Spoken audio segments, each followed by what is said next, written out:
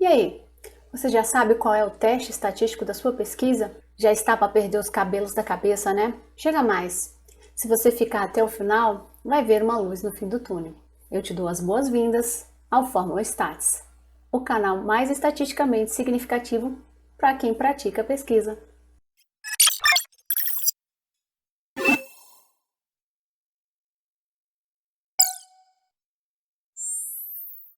Bom, deixa eu me apresentar de fato para vocês. Eu sou a professora Lídia Bezerra. Eu sou formada, sou mestre e doutora em Educação Física pela Universidade Católica de Brasília. Tenho especialização em Fisiologia e Avaliação Morfofuncional, Estatística Aplicada e em Ciência de Dados. Atuo como docente no curso de Educação Física da Universidade de Brasília e ministro a disciplina de Estatística para o curso de pós-graduação desta mesma faculdade. Lembrando que este curso de pós-graduação completa 15 anos e quero demonstrar aqui o meu orgulho em fazer parte desta equipe maravilhosa. E sem delongas, eu gostaria de mostrar para vocês quais são os objetivos a serem alcançados nessa oficina de hoje. Para que você tenha noção de qual será o teste estatístico adequado para a sua pesquisa, nós vamos trabalhar os conceitos de população e amostra e principalmente sobre as suas variáveis. Você precisa saber a diferença de variável quantitativa para variável qualitativa, bem como saber a diferença entre variável dependente e independente. Depois que trabalharmos muito bem esses conceitos, aí sim nós vamos partir para o tão sonhado teste estatístico. Mas antes, preciso te dar um recado muito importante. Essa oficina ela foi carinhosamente preparada para você, participante da Semana Universitária da nossa querida Universidade de Brasília. Então eu te pergunto, você já se inscreveu nessa atividade? Caso você não tenha se inscrito, você vai acessar o primeiro link que eu deixei na descrição deste vídeo. O link se chama Inscrição Siga A. Acesse esse link, se inscreva no sistema Siga A. Pronto, está inscrito na atividade. Depois que você assistir toda essa oficina, você vai acessar novamente a descrição do vídeo no segundo link, que vai se chamar Formulário de Presença. Ora, como você vai provar ao sistema Siga A que você participou desta oficina? Então não se esqueça de que ao final desta oficina, você acesse ao segundo link, preencha o formulário, envie e confirme se você enviou, porque cada responsável pelas atividades vai lançar essa frequência para que você possa emitir o seu certificado. Não vai perder essa, tá certo? Dado o recado, então vamos lá. Muito bem, agora vamos para um exemplo prático. E lembrando que todos os exemplos aqui mencionados são suposições. Vou te dar aqui uma tarefa, você vai conduzir esse estudo aqui. E esse estudo ele vai ter como objetivo verificar o efeito de duas modalidades de exercício físico, ou seja, o CrossFit e o Pilates, na perda de peso. E essa perda de peso principalmente é a perda de peso de tecido adiposo. Aí eu pergunto para você, qual é a população de estudo? Aí você fala, nossa, eu quero mexer com perda de peso, professor, eu quero trabalhar com a população de obesos. Aí eu tô aqui então apresentando a população de obeso para você. Isso é para a gente começar a trabalhar o conceito, né, de população. E aí eu te pergunto, nossa, você vai trabalhar com toda a população de obesos, vamos supor, do Distrito Federal, ou seja, tem homens, mulheres, crianças, nós vamos ter adultos, nós vamos ter idosos. Você vai trabalhar com toda essa população, você tem tempo, você tem dinheiro, você tem uma equipe enorme aí? Você fala, não, professora, não, nem criança eu consigo mexer, criança não. Ok, então vamos retirar as crianças. Ou seja, o que a gente está fazendo? A gente está fechando os atributos, as características da sua população. Bom, agora a gente tem aí homens e mulheres, tá? E você me disse também, vamos supor que você tenha me dito que você não vai mexer com terceira idade. Você quer simplesmente conduzir um estudo com pessoas jovens, entre 20 e 40 anos, ok? Então, olha, a gente sabe que nós temos as características biológicas entre homens e mulheres e que isso pode fazer toda a diferença no seu estudo. Você tem essa capacidade de conduzir um estudo com homens e mulheres? Aí você fala, não, é melhor não, vamos reduzir isso aí, vamos ficar apenas com as mulheres. Ok, então a gente já retira os homens e está fechando cada vez mais os atributos. Nós temos aí uma característica, né, as características mais fechadinhas, mais objetivas.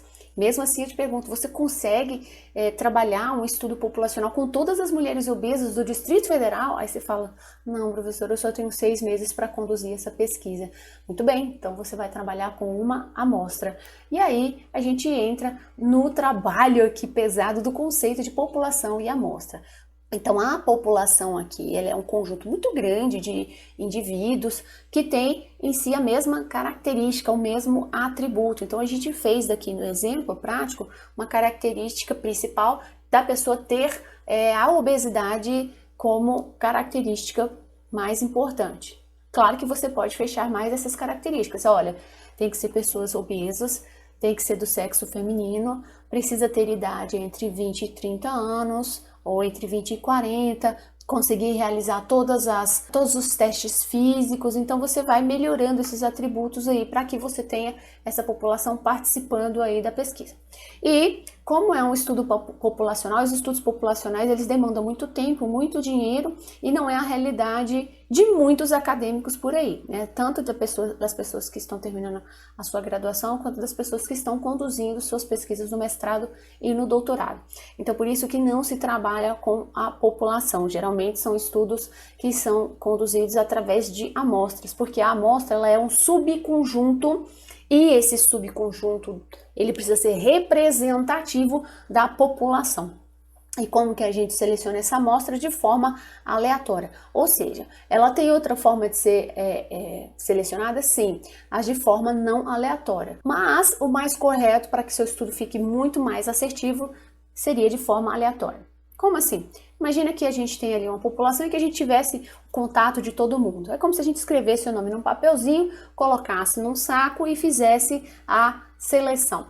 Mas vou selecionar quantos, professora? Aí depende de quanto que o seu cálculo amostral vai te informar. Então, todo cálculo amostral, ele vai se basear no seu teste estatístico e é claro que se a gente tem informações em relação à população que você vai trabalhar. Quando você tem essas informações, o cálculo amostral fica bem mais preciso. Mas existem cálculos amostrais para quando você não tem informação nenhuma da população, certo? Então, quando você faz o cálculo amostral, ele vai te dar um número de pessoas para você selecionar. E essa seleção ela tem que ser de forma aleatória, ou seja, todas as pessoas dessa população têm a mesma chance de ser selecionada para o seu estudo. Então, essa é a diferença básica de amostra para a população. E é claro que você quer que a sua amostra seja representativa para a população. O que que isso implica? Que se seu estudo foi muito bem conduzido, a seleção da amostra foi muito bem feita, nós podemos extrapolar esses resultados da sua pesquisa para a população de mulheres obesas do Distrito Federal. Entenderam bem esse conceito? Então, vamos dar continuidade. Lembra dos atributos e características que comentamos anteriormente? Muito bem, eles vão sofrer flutuações entre os indivíduos. Essas flutuações a gente consegue observar pela mensuração de variáveis. Aí eu te pergunto, quais são as variáveis do seu estudo? Vamos supor que o seu estudo é esse e você está me dizendo que vai coletar a idade, vai coletar a massa corporal e estatura, porque você vai poder, com essas informações, calcular o índice de massa corporal e verificar a classificação de obesidade dessas mulheres do seu estudo. Você quer calcular aí a perimetria e cintura do quadril, percentual de gordura, doença metabólica e você também quer saber se elas têm doenças osteomioarticulares que venham impedir de participar do estudo. Então, tudo isso aí que você está vendo no slide e muito mais, porque vai depender de cada estudo, é claro, a gente chama de variáveis. Então, isso aí vai sofrer flutuações entre os indivíduos. E você, como pesquisador, pesquisadora, quer que essas flutuações ocorram cada vez menos. E para isso, você precisa sempre controlar muito bem, definir muito bem as características da sua amostra, da sua população, os critérios de inclusão e exclusão, para poder você ter uma amostra, a gente fala de forma bem coloquial, uma amostra mais redonda, uma amostra mais certinha. Então você precisa acertar nas suas variáveis. E é aí onde a gente vai pesar cada vez mais os conceitos, trabalhando quais são as diferenças entre essas variáveis. E as variáveis, elas podem ser variáveis qualitativas ou categóricas, que dentro dessas qualitativas e categóricas a gente pode ter a nominal e a gente pode ter a ordinal.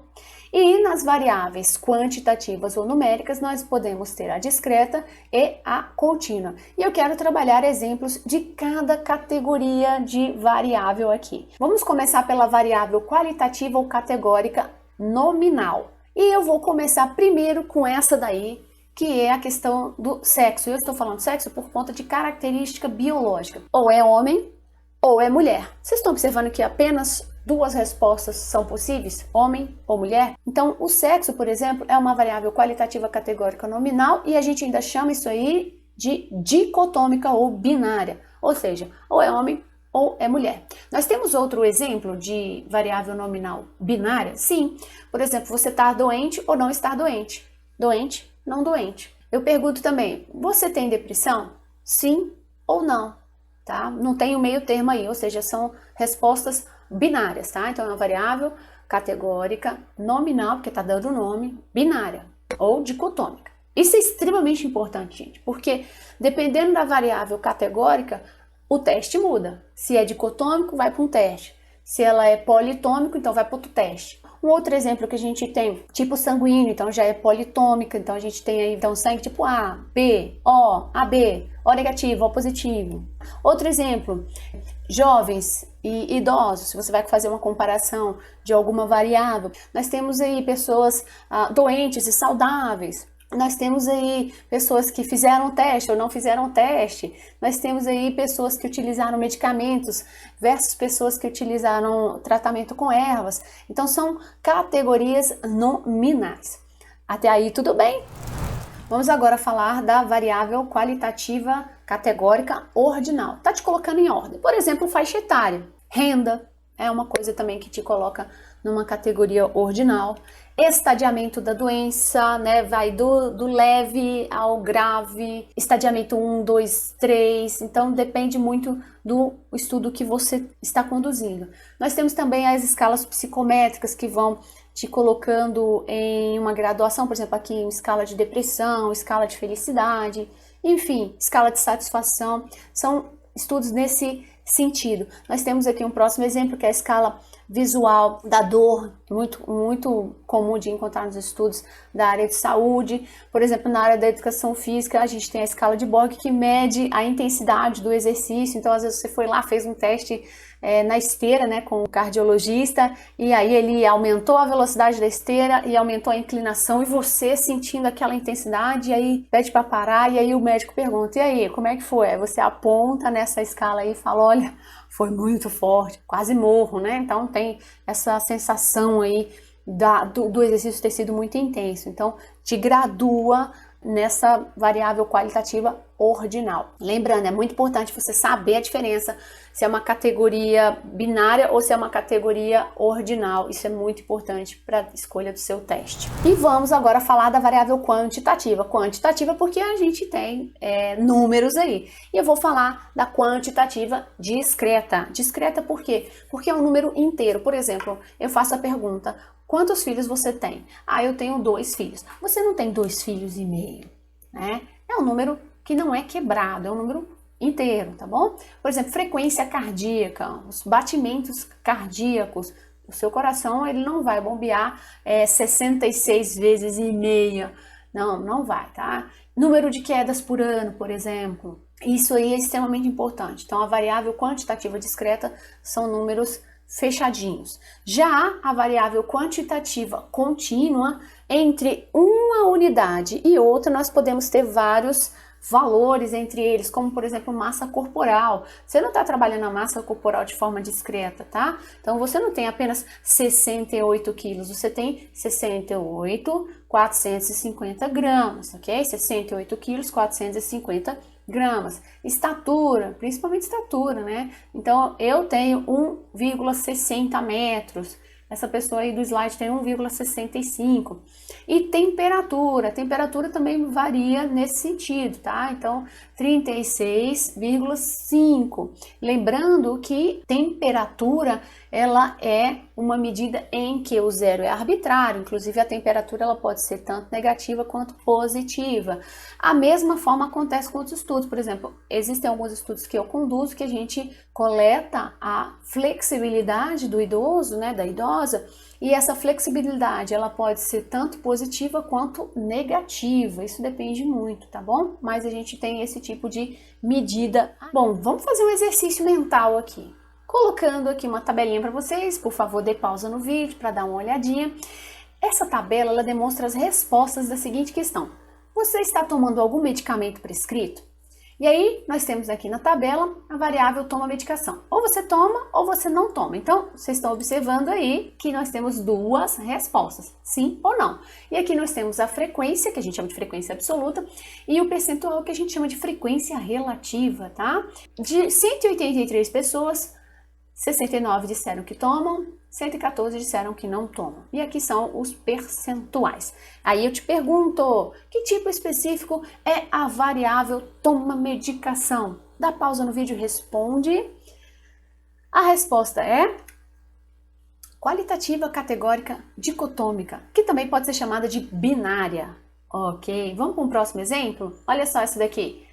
Status de saúde. Eu pergunto para a pessoa, como você descreveria a sua saúde? Então você diz que ela é excelente ou boa, mais ou menos ou pobre. Então 183 pessoas responderam. 58 disseram excelente, 100 disseram boa, 25 mais ou menos e 0 pessoas, a sua saúde é muito pobre. E aqui a gente também tem os percentuais. Aí eu te pergunto, dá pausa no vídeo para responder, tá? Que tipo de variável é status de saúde? A resposta é qualitativa ordinal. Vamos para mais um exemplo. A tabela seguinte demonstra a resposta da questão: quantas unidades, ou seja, doses de álcool você bebe durante a semana? Eu estou perguntando quantas unidades, né? Não vale falar assim, olha, é uma dose e meia. Ela tem que ser um valor, lembra? Um valor fechado. E eu pergunto, que tipo de variável álcool é? Nós temos aí como resposta quantitativa discreta, tá? Então tá aqui o número de doses de álcool, as suas frequências absolutas e as suas frequências relativas. Pessoal, como é que a gente pega e demonstra esses resultados de variáveis qualitativas ou de quantitativas? Eu trouxe um exemplo aqui de um artigo em português do Reuters e seus colaboradores em 2015, que fala sobre obesidade, aptidão cardiorrespiratória, atividade física e tempo de tela em escolares da zona urbana e rural de Santa Cruz do Sul. Eu vou mostrar aqui a primeira tabela, a tabela de características descritivas do sujeito. Então observa aqui, ó, de cor mais escurinha, a gente tem o nome da variável e as suas categorias, certo? Por exemplo, região de moradia, a gente vai ter N330. O N é a frequência absoluta. Esse percentual aqui é a frequência relativa. Então, ó, região de moradia nós temos duas categorias, a rural e a urbana. Isso aqui é uma variável categórica nominal. Ou ela é da área rural ou ela é da área urbana. Aqui nós temos o IMC, colocando aqui quantas pessoas são da classificação de baixo peso e quantas pessoas são da classificação de sobrepeso. E aí nós temos a frequência absoluta e a frequência relativa. E eu gostaria que vocês dessem pausa no vídeo e observassem essas variáveis e, por gentileza, fizessem esse exercício mental de classificar essas variáveis ou como categóricas ou como quantitativas. Se categóricas, quais tipos de categoria elas se encontram, se é nominal ou se é ordinal. Isso é extremamente importante para que vocês façam esse exercício mental. Você fala, professora, mas é só de tabela que você demonstra esses resultados de variáveis qualitativas? Não, você também utiliza de gráficos.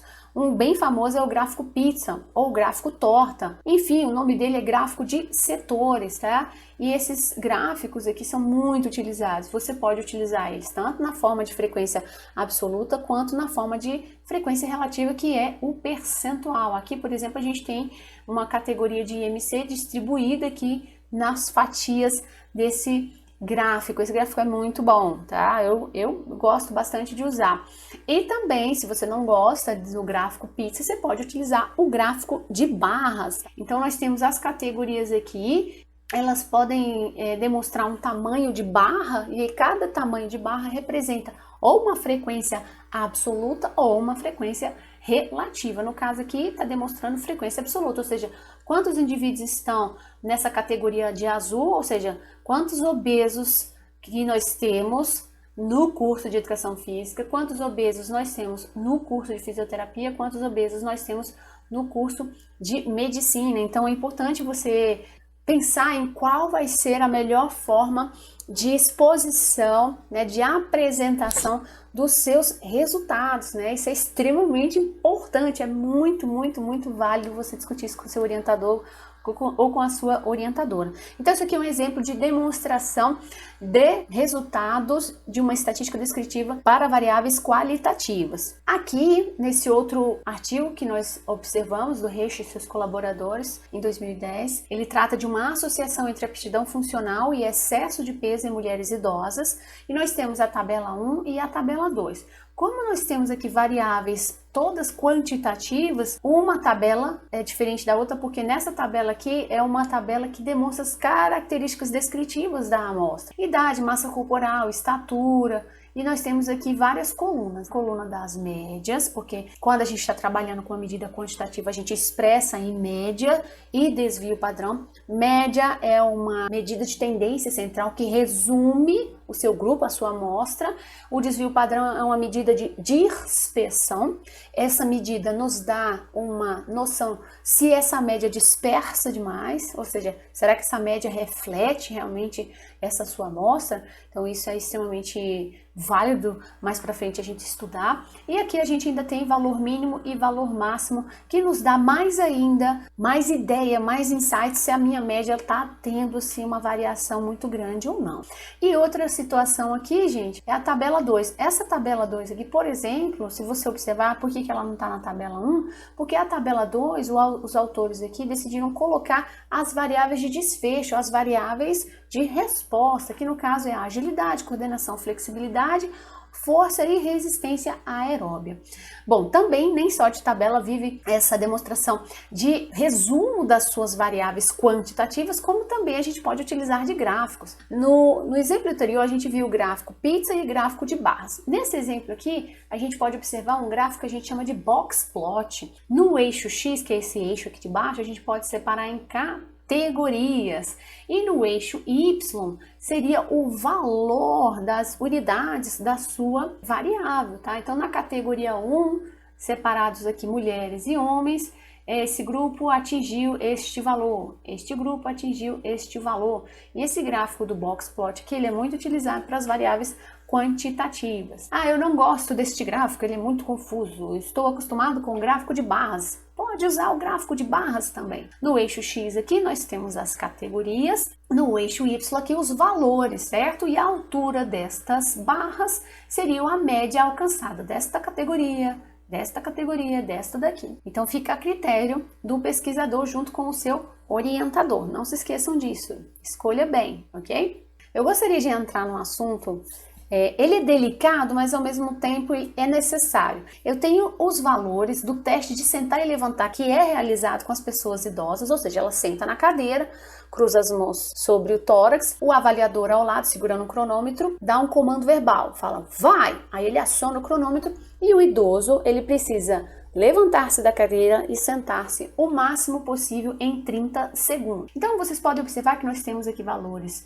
mais ou menos, né, valores bem baixos e um valor um pouquinho mais alto aqui. O teste de sentar e levantar deste grupo aqui me apresentou uma média de 10,89, com um desvio padrão de 4,67. Se eu colocar isso num gráfico, a minha média vai ser o tamanho dessa caixa. Então, quanto mais alongada essa caixa, mais a média se dispersa, tá bom? E a gente ainda tem aqui as amplitudes, tá? Então, a gente tem essas amplitudes aqui para demonstrar o quanto que também está se dispersando essa amostra com essa variável aqui coletada. Então, vamos lá. Para você ter uma noção se essa média ela está se dispersando ou não, a gente faz um cálculo chamado de coeficiente de variação, que eu não vou comentar aqui, não há necessidade. Mas você vai ter uma noção de se variar muito ou pouco agora.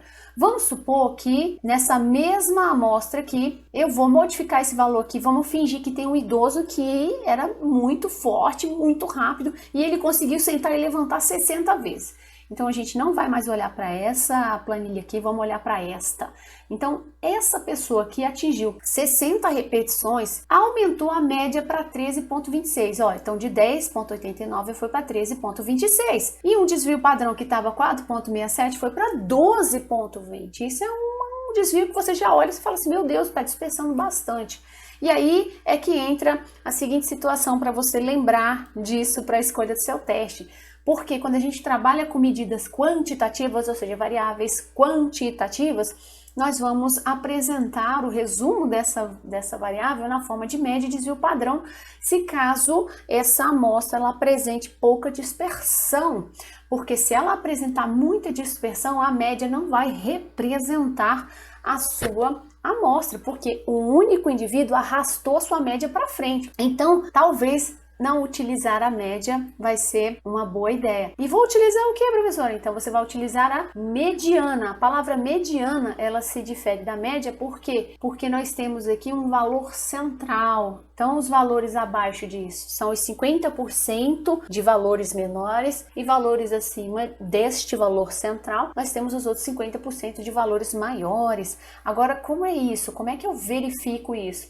Você está vendo esses valores aqui, a gente precisa ordenar eles. Ó, então, eu ordenei. Claro que o programa, né, faz isso para você, não se preocupe. Então, você ordenou do menor para o maior e você pegou o valor central. Esse valor central é a mediana. Então, a partir daí, você consegue verificar se essa mediana está muito longe da média ou muito próximo. O que você deseja? Que fique muito próximo. Agora, se estiver muito distante, a média não vai ser muito interessante usar, não. Usa a mediana que vai ser mais seguro.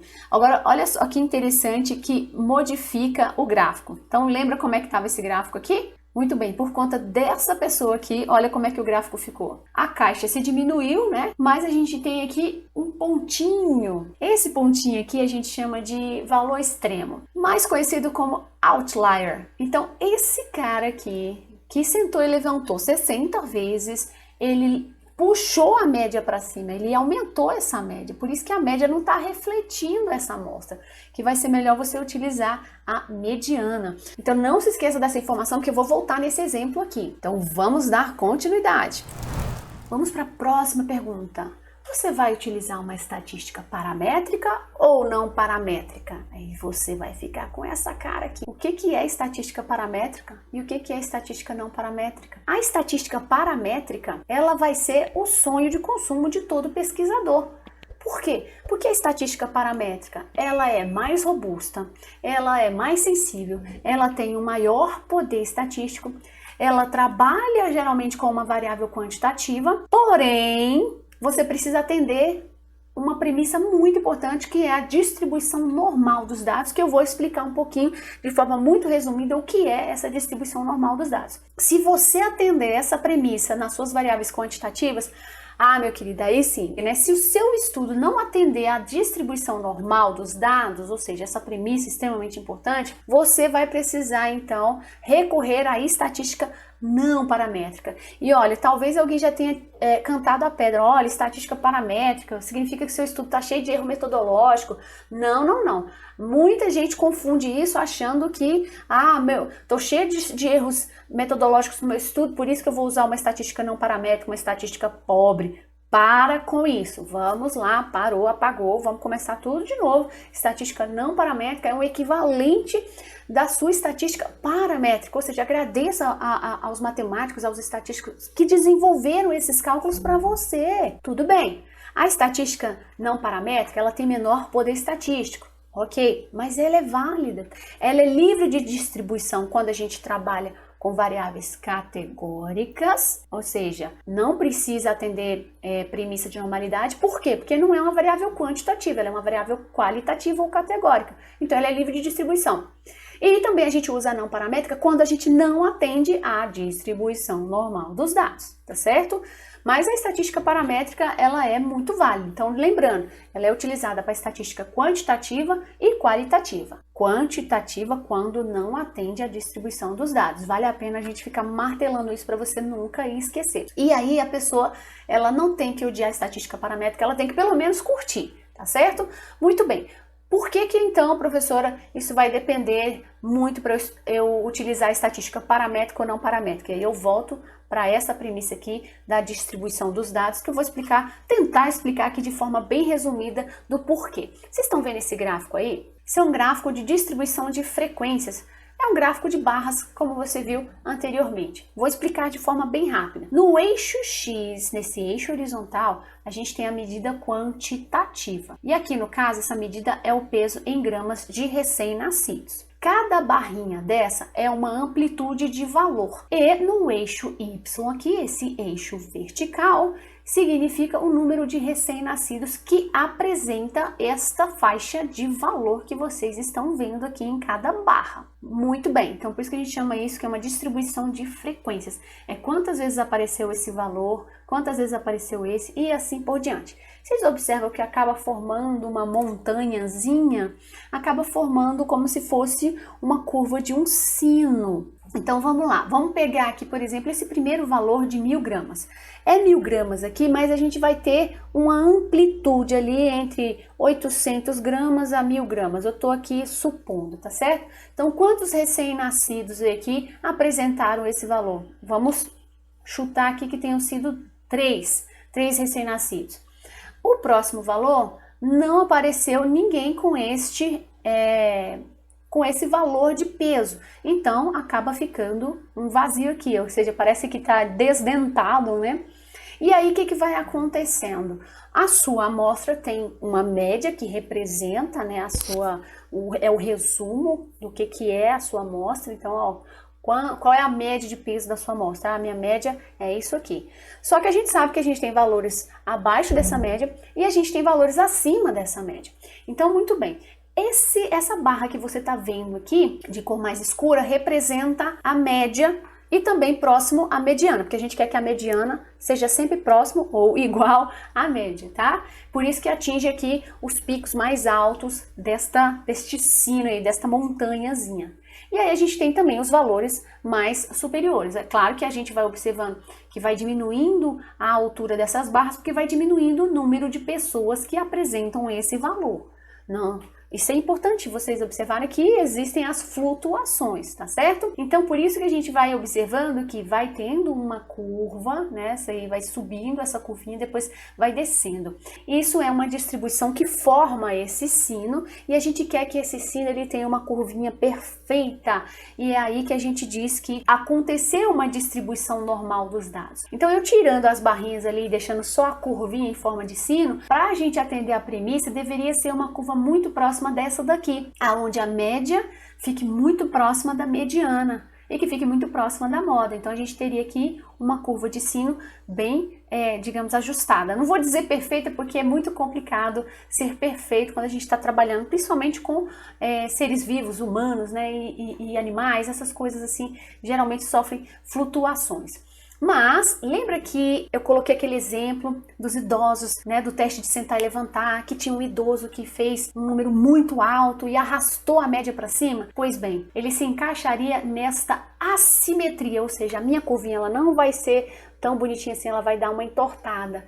Porque uma daquelas pessoas que aquela pessoa que atingiu 60 repetições, ela puxou a média para frente. Aí o que acontece com a cauda do meu sino? Ela arrasta para a direita e aí ela puxa a minha média, o que não vai representar essa amostra. Então a gente pode dizer que foi uma assimetria positiva e essa assimetria infelizmente fez com que eu não atendesse a minha distribuição normal dos dados. Mas o contrário também pode acontecer. Tem gente que vai apresentar um valor extremo tão baixo que vai arrastar a minha média para baixo. E aí a gente vai ter uma cauda arrastada aqui para o lado esquerdo. A gente chama isso aqui de assimetria negativa, ou seja, não atendeu aos pressupostos de distribuição normal. É por conta disso aqui que a gente vai optar pela estatística paramétrica ou não paramétrica. E como que a gente faz isso? Através de dois testes específicos. Os mais famosos são o Shapiro-Wilk e o Kolmogorov-Smirnov, testes de normalidade. Inclusive, a gente tem mais de 10 testes de normalidade. Esses são os mais famosos. Dependendo do seu programa estatístico, você pode ter os dois ou você pode ter apenas um deles aí. Mas, enfim, se você atendeu a premissa de distribuição normal dos dados, você vai fazer a estatística paramétrica, né? Ai, graças a Deus, que bom, meus dados estão bem redondinhos. Mas se você não tiver atendido a premissa de distribuição dos dados, você vai fazer a estatística não paramétrica, e eu quero que você, de certa maneira, curta isso aí, porque isso é extremamente importante. Eu preciso mostrar isso para vocês antes de nós falarmos sobre os testes estatísticos. Correto? Entenderam? Se livraram um pouquinho dos traumas? Porque agora a gente realmente vai entrar na parte que você tanto desejava, que é falar sobre os testes estatísticos. Chegou a sua hora de conhecer sobre os testes estatísticos. Esse tanto de teste que gera confusão na cabeça de muita gente ao escolher qual que é o mais adequado para a sua pesquisa. Mas o intuito aqui do canal é trazer doses homeopáticas desse conhecimento. Então prestem bem atenção nesses exemplos. Eu procurei ser bem simples para facilitar ao máximo o aprendizado de vocês. Então lembra aí do seu papel e da sua caneta? Vamos começar a anotar. Vamos lá. Nós trabalhamos os conceitos da variável quanti e da variável quali, da variável dependente e da variável independente. Então vamos começar primeiramente quando a sua variável dependente é uma variável quantitativa. Então, eu quero começar falando para vocês sobre a família dos testes T de Student. Vamos começar com o nosso primeiro teste T de Student. Então, lembrando, é para variável quantitativa e vamos falar primeiramente qual é o teste paramétrico e qual é o teste não paramétrico, caso não atenda à premissa de normalidade dos dados. Vamos para esse primeiro exemplo. Você tem aqui um grupo. Um grupo aqui, você coletou o colesterol. E o atributo desta amostra aqui são jovens entre 20 e 30 anos. Você vai ter uma média desse colesterol.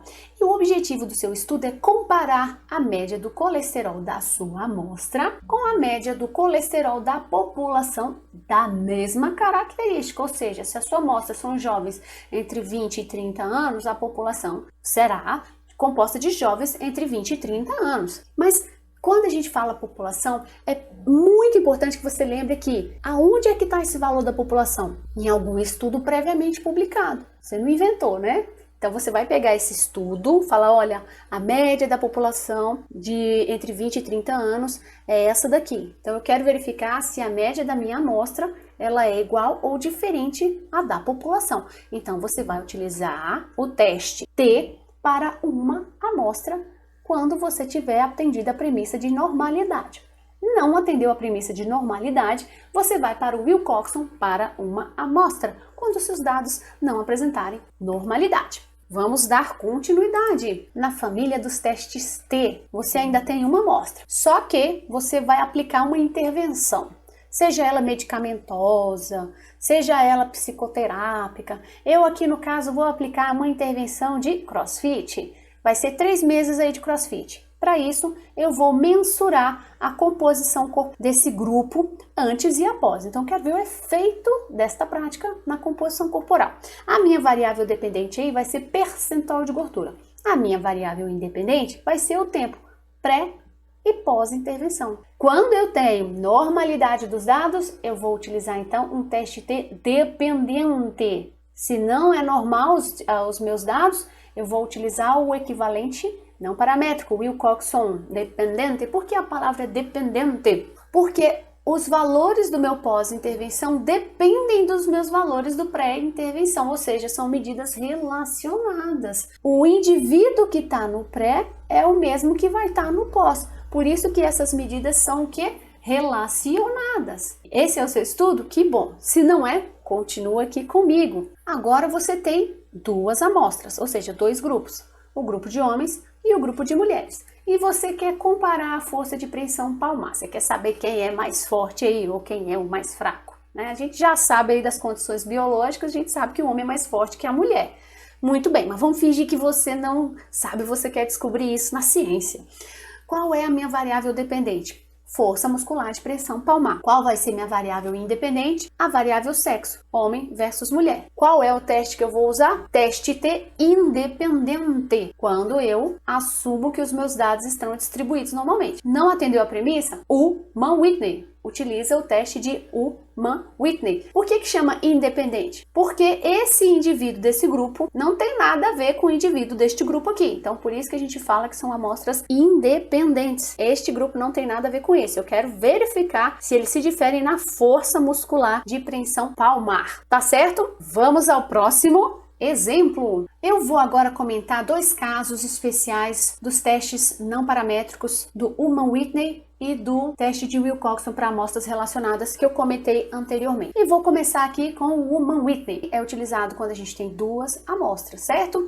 E aqui nós temos uma amostra de jovens e aqui uma amostra de idosos. E eu vou coletar essa escala aqui de concordância desses dois grupos. Eu quero verificar o que é que eles acham em relação à saúde, se eles concordam com uma afirmação que eu vou fazer. Eu chego para eles, dou um papelzinho com a seguinte afirmação: eu estou saudável.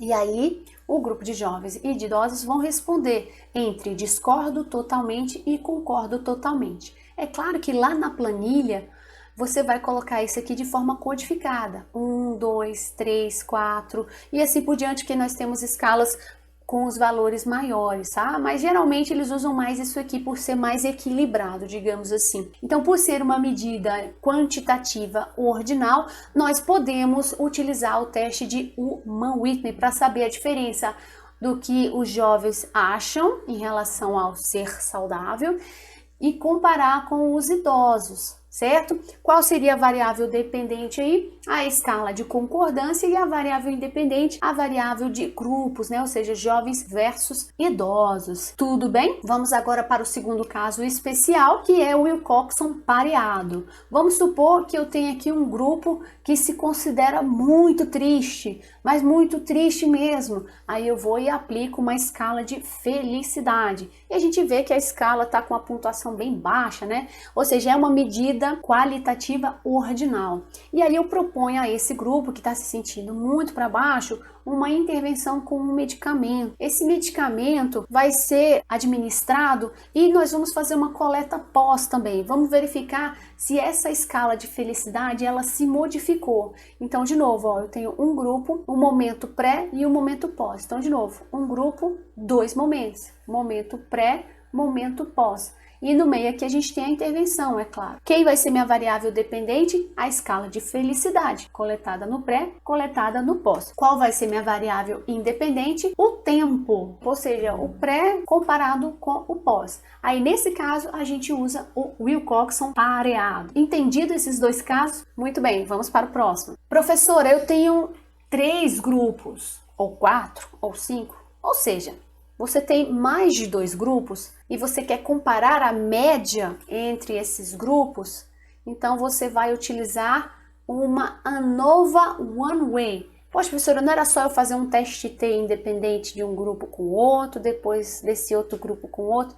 Não, não é, porque existem erros aí e a gente não quer erros, né? A gente quer evitar esses erros que sempre acontecem. E aí, então, agora você vai utilizar a ANOVA One Way. A ANOVA é a análise de variância. Mas por que chama One Way? Porque é de uma via. E que uma via é essa? Eu tenho aqui aquele exemplo, lembra do nível de cortisol? E eu quero comparar entre as profissões, professor, bombeiros e médicos da UTI de Covid. Pois bem, a via única aí é o quê? Profissão. Ah, por que você está falando isso, professor? Uai, porque eu posso ter homens e mulheres na categoria de professores, eu posso ter homens e mulheres na categoria de bombeiro e também na categoria de médicos. Professor, mas eu não estou avaliando a comparação entre os sexos. Então, muito bem, você mesmo já me respondeu. Você está avaliando apenas em uma via. E essa via, no caso aqui, é a profissão. Essa via tem 3 níveis, ó. 1, 2, 3. Professor, bombeiro, médicos. Mas poderia ter mais níveis, né? Poderia ser médicos, poderia ser o que mais? Piloto de avião, policiais e assim por diante. Então vamos lá. Eu quero comparar a média de cortisol entre essas profissões, então eu vou usar uma ANOVA One Way, se você atender as premissas de normalidade, porque senão você vai utilizar o Kruskal-Wallis. Então, de novo, quem é a minha variável dependente? Nível sanguíneo de cortisol. E quem vai ser minha variável independente? Vai ser a profissão, professor, bombeiro versus médicos da UTI. Até aí tudo bem? Vamos dar continuidade. Lembra desse exemplo aí que você tinha um grupo e aí você vai propor essa intervenção, ou seja, vamos fazer 3 dias na semana com essa intervenção de ficar marretando o pneu e vai durar 20 minutos cada sessão e a gente vai fazer aí 3 mesas de intervenção e a gente tem a coleta pré-intervenção após um mês, após o segundo mês e após o terceiro mês, ao final da intervenção. Então é um grupo e várias medidas. Ah, mas você pode perguntar, professora, será que eu posso fazer um teste T do pré com o primeiro, um teste T do pré com o segundo, do pré com o terceiro e assim por diante? Não, porque gera erro. Você vai agora fazer uma outra ANOVA. Aqui a gente chama de ANOVA de medidas repetidas, ó, repetidas. ANOVA de medidas repetidas para quando a gente tem dados com distribuição normal. Se não tem, aí a gente vai fazer a ANOVA de Friedman. ANOVA de Friedman, ok? Agora nós vamos falar da ANOVA Two-Way, ou seja, Two-Way porque são 2 vias. Lembra do cortisol? Perfeito, vamos continuar com esse exemplo aqui para não fugir do raciocínio. Lembra que a gente tinha a profissão de professor, bombeiro e médicos da UTI? Vou comparar o cortisol entre professores e médicos da UTI. Você pensa, nossa professora, mas você tem 2 grupos, então você poderia utilizar o teste T independente. Sim, só que temos um problema. Dentro do grupo de professores, eu quero comparar entre homens e mulheres. Assim como dentro do grupo de médicos de UTI de Covid, eu quero comparar também esse nível de cortisol entre homens e mulheres. Aí já não dá para utilizar teste T porque vai gerar erros. Então eu vou utilizar uma ANOVA de 2 vias. Nós temos a via profissão e a via médico. A via profissão tem 2 níveis, professores e médicos. Poderia ter mais? Poderia ter os bombeiros, poderia ter policiais e assim por diante. E o sexo, no caso aqui, como a gente está falando de condição biológica, a gente só tem 2 mesmo. Se fosse gênero, aí gênero é uma construção social, então a gente tem várias outras categorias. Então a variável dependente nesse caso aqui seria o nível de cortisol sanguíneo e a variável independente, que a gente compara entre sujeitos, seria a profissão e seria sexo. Ah, professor, isso aqui é quando a gente tem a distribuição normal dos dados, né? É. E quando não for?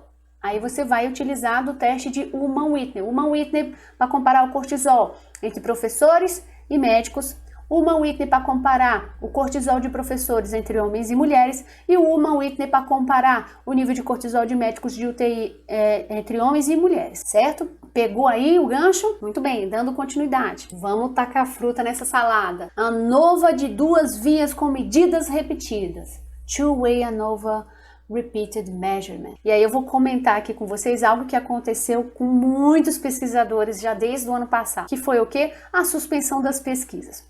Vamos supor que eu estivesse conduzindo esse estudo aqui. E aí, a gente tinha aferido esse cortisol entre os professores e os médicos de uma UTI normal. E aí, a gente ia aplicar uma intervenção. O que aconteceu? Chegou a pandemia e aí estragou toda a pesquisa. E aí a gente ficou, meu Deus, como é que a gente vai fazer? A pesquisa já estava, digamos assim, com meio caminho andado, faltava apenas a intervenção e depois coletar o pós-intervenção. E agora o que faremos? Olha, vamos fazer o seguinte, vamos aproveitar então essa pandemia, quando ela acabar, a gente coleta o cortisol novamente. Então a gente já tem agora um outro estudo. Então, muito bem, a gente vai ter então um cortisol que foi verificado pré-pandemia e quando a pandemia tiver acabado, a gente vai fazer uma coleta pós-pandemia.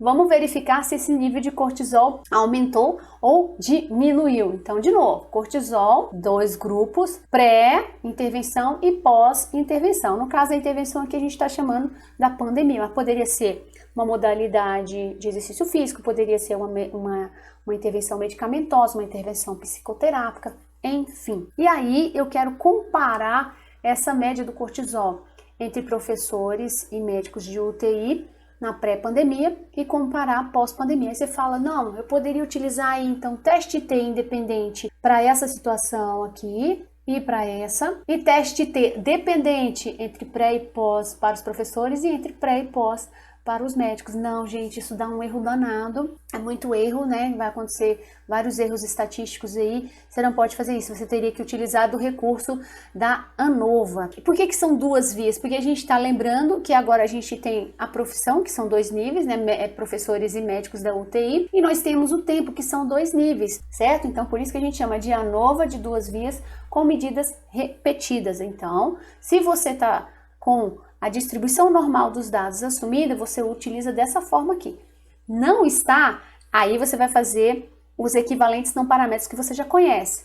Então, no pré-pandemia, comparando esses 2 grupos aqui, você vai utilizar o Human Whitney. No pós-pandemia, comparando esses 2 grupos aqui, você vai utilizar o Human Whitney. O pré-pandemia com o pós-pandemia nos professores, aí você vai utilizar o Wilcoxon pareado ou Wilcoxon dependente. Comparar os níveis de cortisol entre os médicos de UTI na pré-pandemia e na pós-pandemia.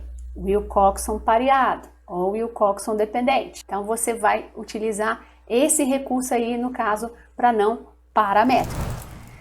Vou dar uma quebrada aqui no clima para atender aos pesquisadores e pesquisadoras que vão trabalhar com variáveis qualitativas.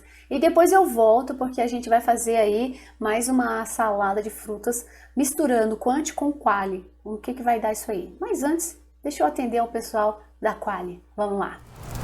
Olha esse exemplo aí. Vamos falar de futebol e pandemia. Vamos supor que você quer verificar se a pessoa se infectou ou não assistindo futebol no estádio e assistindo futebol em casa. Então você teria o quê? 2 grupos aí. O grupo de pessoas que vai assistir esse futebol em casa ou o grupo de pessoas que vai assistir essa partida de futebol na sua residência. Lembrando, esses dados são fictícios, tá bom? Esses dados são fictícios. Você vai utilizar um teste chamado teste do Q quadrado. Você tem uma variável dependente aí, que é a infecção. Foi infectado? Sim ou não? É uma variável categórica dicotômica ou binária. Qual vai ser a sua variável independente? A sua variável independente vai ser um local, no estádio e na casa. E aí você vai ligar para essas pessoas que assistiram os jogos e vai perguntar: foi infectado? Não foi infectado? E aí você vai apresentar esses dados aí na forma de tabela de contingência. Nesse caso aqui é uma tabela de contingência 2 por 2. Nas linhas aqui eu tenho a minha variável independente, que é o local. A pessoa assistiu a partida de futebol da casa, a pessoa assistiu a partida de futebol do estádio. Nas colunas eu tenho a minha variável dependente. Infectados? Sim e não. E nas laterais, assim, né, tanto na última linha aqui quanto na última coluna, eu tenho os meus totais e tem os totais marginais e aqui o total do total de tudo. Então eu tenho 500 pessoas que assistiram em casa e eu tenho 500 pessoas que assistiram no estádio. Dessas 500 pessoas, 50 se infectaram assistindo a partida de futebol da casa. Dessas 500 pessoas, eu tenho 5 pessoas que se infectaram assistindo essa partida no estádio. E aí você aplica o teste do Q quadrado para verificar se existe esta relação do local onde se assistiu a partida de futebol com estar ou não infectado. Então você utiliza o teste do Q quadrado. Aí você fala: isso aí é o teste paramétrico? Não, isso aqui já é um teste não paramétrico. Por quê? Porque quando você trata de variáveis qualitativas, é livre de distribuição. Você não precisa se preocupar com essa premissa, tá bom? Por quê? Porque é uma variável qualitativa, não é uma variável quantitativa. Continuando ainda nesses testes com variáveis qualitativas, vamos para o próximo exemplo. Eu tenho aqui o teste chamado teste McNemar. E eu tenho um grupo aí de pessoas que sofrem com prisão de ventre, né? Então, eu conheço muitas pessoas que têm prisão de ventre e a gente sabe o sofrimento, né, dessas pessoas. Elas ficam mais irritadas, né? Ficam nervosas, ansiosas, não dormem bem, não comem bem. Enfim, é aquela situação bem complicada. E aí você propõe a essas pessoas uma intervenção medicamentosa, tá? E nessa intervenção medicamentosa, você quer saber se em 24 horas essa pessoa evacuou ou não, tá bom? Porque pode evacuar ou não. Qual seria a minha variável dependente aí? Minha variável dependente é: evacuou? Sim ou não? Qual seria a minha variável independente? O tempo, pré e pós 24 horas. Como é que eu apresentaria esses dados? Bom, nessas pessoas que estão acometidas dessa prisão de ventre, a gente tem ainda as pessoas que estão mais de uma semana sem evacuar e as pessoas que estão há uma semana sem evacuar. Aí o que acontece? Essas daqui que estão há uma semana sem evacuar foram num total de 14. Após a intervenção medicamentosa, dessas 14, 13 conseguiram evacuar após 24 horas. Das pessoas que têm prisão de ventre há mais de uma semana, foram um total de 21. Dessas 21, 16 conseguiram evacuar. E aí, isso é significativo ou não? Meu medicamento teve efeito ou não? Ele foi eficaz ou não? Então, a gente utiliza o teste de McNemar. Gostaram? Agora a gente vai partir para uma outra discussão, para uma outra salada de frutas. A gente vai misturar variável quantitativa com variável qualitativa. Agora eu vou falar de associação e correlação. Por quê? Porque aqui a gente pode trabalhar com variáveis quanti, com variáveis quali e misturar a quanti com a quali. Então, se liga. O que é correlação e o que é associação? Só para vocês terem uma noção, qual é a diferença de correlação para associação? Geralmente, a palavra associação é utilizada mais para as análises com variáveis qualitativas e a correlação mais para as análises quantitativas. Mas isso é um debate que eu não vou ficar pesando aqui, não vou ocupar o tempo de vocês. Quem sabe num próximo vídeo a gente entenda um pouquinho sobre isso aí. Mas o que de fato é a correlação? Correlação é quando realmente uma variável se relaciona com a outra. Como é isso? Vocês imaginem a situação. Quanto mais minutos de vídeo você assistir no canal Fórmula Stats, mais você vai aprender estatística. Ou seja, você assistir ao canal por mais tempo aumenta o seu conhecimento em estatística, né? Assim a gente espera, se você continuar assistindo, se você continuar se inscrevendo, dando like, comentando e compartilhando essa informação para quem você achar necessário.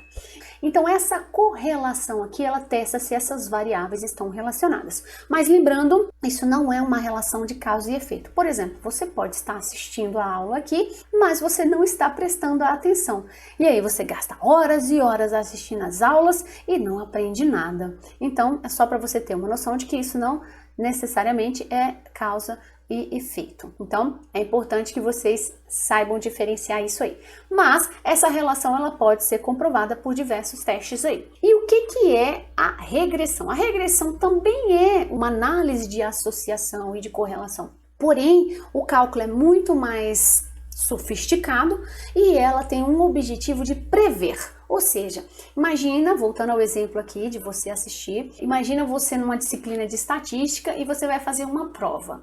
E essa prova, ela vai ter uma pontuação de 100. E aí, quanto mais horas você estudar, mais pontos você vai adquirir na prova de estatística. Parece óbvio para você? Pois é. Só que imagina que eu possa prever quanto que você vai pontuar na prova de estatística baseado na quantidade de horas que você estuda. É isso o objetivo da nossa regressão. Muito bem, aí eu quero comentar com você aqui algumas das exposições dessa estatística. Uma forma de você expor esse resultado é através desses gráficos. O gráfico de dispersão de pontos, na qual o eixo X, que é o eixo horizontal, está relacionado com a variável independente, ou seja, é a variável que vai gerar uma resposta, e no eixo Y é a sua variável dependente, é a sua variável de resposta, tá bom? Então, ou seja, quanto mais horas sentadas eu estudo, permaneço ou eu fico, menor vai ser a minha flexibilidade. Então, isso aqui você pode observar que é uma relação que a gente chama de relação negativa ou relação inversa. Ou seja, enquanto uma variável aumenta, a outra diminui. Então, quanto mais tempo eu ficar sentada, menor vai ser a minha flexibilidade. Então, isso aí seria uma relação negativa ou inversa.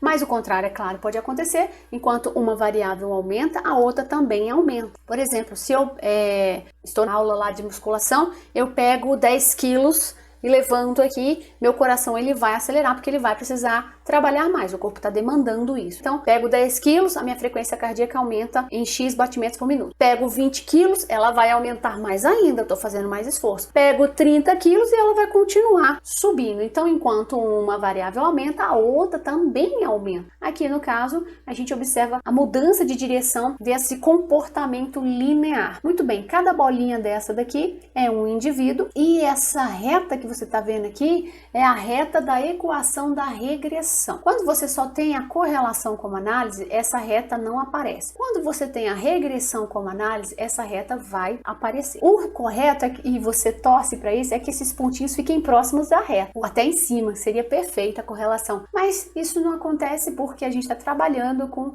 seres vivos, né? Ou seja, humanos, animais, né? E assim por diante. Então isso aqui, ele sai um pouquinho, né? Ele fica muito distante, ou muito próximo, ou mais ou menos ali no meio termo. Mas isso aqui vai ser importante para você apresentar os seus dados. Vamos para esse exemplo aqui, ó.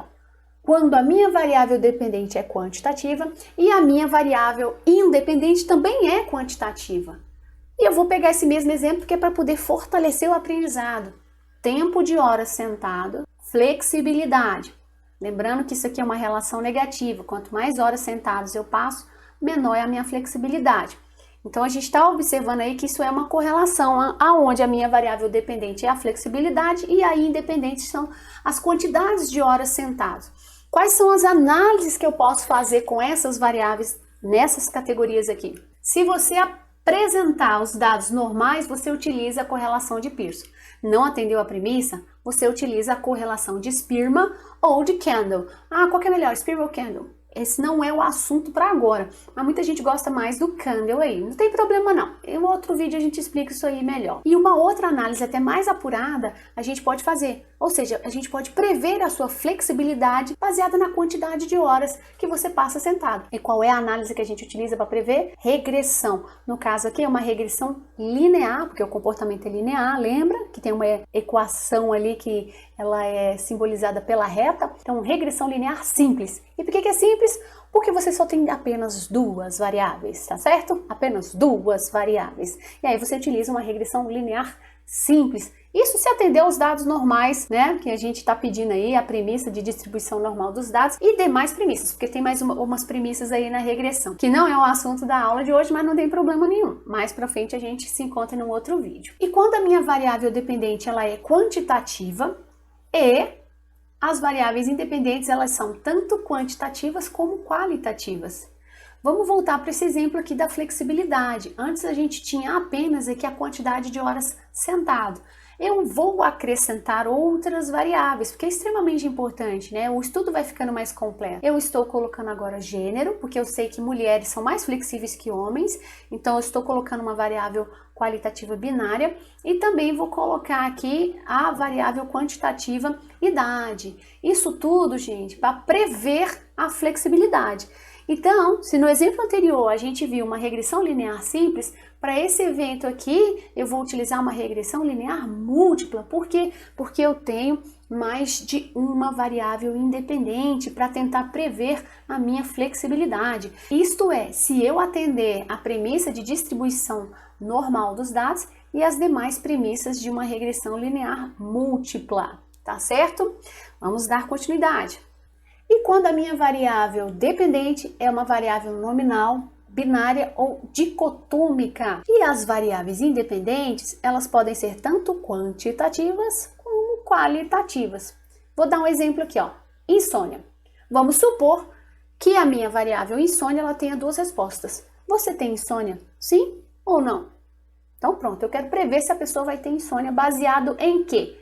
Em gênero, em número de filhos, quantidade de xícaras de café, a gente sabe muito que café influencia nisso, álcool, ou seja, quantas doses de álcool você toma por semana, e nível de estresse em pontos por um questionário que você escolheu lá. Então, essas variáveis independentes, nós temos tanto quali quanto quanti. Essas variáveis aqui eu vou utilizar para prever a insônia. Ou você tem ou você não tem insônia. Qual é o teste que eu vou usar? Eu vou utilizar uma regressão logística binária. Isso porque a gente precisa também atender a alguns pressupostos, mas não é o pressuposto de normalidade dos dados. Esses pressupostos, num outro vídeo aí, a gente comenta com mais detalhes, tá bom? Agora, mantendo o mesmo exemplo da insônia, só que o que vai modificar aqui é a minha variável dependente. Porque no exemplo anterior, ela era apenas dicotômica, vai ter insônia ou não vai ter insônia. Só que agora, como eu apliquei um questionário, essa pessoa ela teria uma classificação como leve, moderada e grave. Ou seja, a sua insônia ela tem um estadiamento. Isso é uma variável multinomial. Ou seja, é uma variável categórica ordinal. Multinomial porque ela tem vários nomes. Ela pode ser chamada de leve, moderada e grave. Só que ela é uma multinomial ordinal. Tá certo? E aí, vou utilizar das mesmas variáveis independentes para prever isso aqui. Então, a diferença desse exemplo para o exemplo anterior é que a minha variável dependente era dicotômica. A de agora é multinomial. E além de ser multinomial, ela é ordinal. Qual é o teste que eu vou usar, professora? Você vai utilizar uma regressão logística multinomial. Pense numa regressão chique. Pense numa regressão chique e é sensacional. Se esse é o seu estudo, tá aí. Esse é um exemplo de regressão logística multinomial. Muito bem, gente, olha só. Vamos para o último exemplo. Quando a sua variável dependente é uma ordinal e a sua variável independente é uma quantitativa. Lembra da quantidade de horas sentado? Lembra que você estava utilizando a flexibilidade como variável dependente? Beleza, era uma variável quantitativa. Vamos pegar uma variável qualitativa ordinal. Quero avaliar a dor. Imagina a pessoa que olhando muito tempo o celular aqui embaixo e começa a ter problema no pescoço e começa a sentir muita dor. Vamos avaliar essa dor por meio de uma escala visual da dor. Então, observa que ela é uma variável ordinal. Vai de 0 a 10, de sem dor a pior dor possível. Então, isso aqui, sendo uma variável qualitativa ordinal, eu vou utilizar qual teste estatístico, professora? Aí a gente utiliza a correlação de Spearman. E outra, você ainda pode demonstrar esse resultado por meio de um gráfico. Então, nós temos aqui a quantidade de horas sentadas no eixo X, porque lembra que no eixo X aqui a gente põe a nossa variável independente, que é a variável que vai, influenciar na questão da dor. E no eixo Y aqui eu ponho os valores da minha escala de dor. E aí a gente vai observando que cada pontinho desse aqui são os indivíduos que vão demonstrando o nível de dor que eles relataram nesse teste aqui. Então, de novo, ó, o teste estatístico aqui é correlação de Spearman. Tem alguma premissa? Não, não tem. Sabe por quê? Porque a sua variável dependente ela é categórica ordinal. Lembra, quando você está mexendo como variáveis categóricas, ela é livre de distribuição. Então, você já parte diretamente para uma estatística paramétrica. Gente, nós terminamos. Você acredita que a gente terminou a nossa oficina de hoje? E eu quero muito agradecer a presença e a participação de cada um de vocês. Bom, eu te pergunto, você conseguiu descobrir qual é o teste estatístico da sua pesquisa? Se sim, comenta aí, por favor. Se não, comenta também, que é para poder produzir mais conteúdos e atender ao seu pedido. E vou dar um último recado. Se você assistiu essa oficina todinha e ainda não se inscreveu no sistema SIGA-A, reforço, eu tenho a descrição do vídeo, o primeiro link chamado Inscrição SIGA-A. Se inscreve lá, senão não vai gerar certificado. Se você já tiver feito a inscrição, ótimo. Outra pergunta, você já preencheu o formulário de presença? Como é que você vai emitir o certificado? Como é que você vai provar que você assistiu essa oficina? Então, por favor, aí na descrição, acessa ao segundo link, chamado formulário de presença. Preenche lá rapidinho, envia e verifica se você enviou. Se não, gente, não gera o seu bendito certificado, tá certo? Então, mais uma vez, agradeço a vocês e até uma próxima!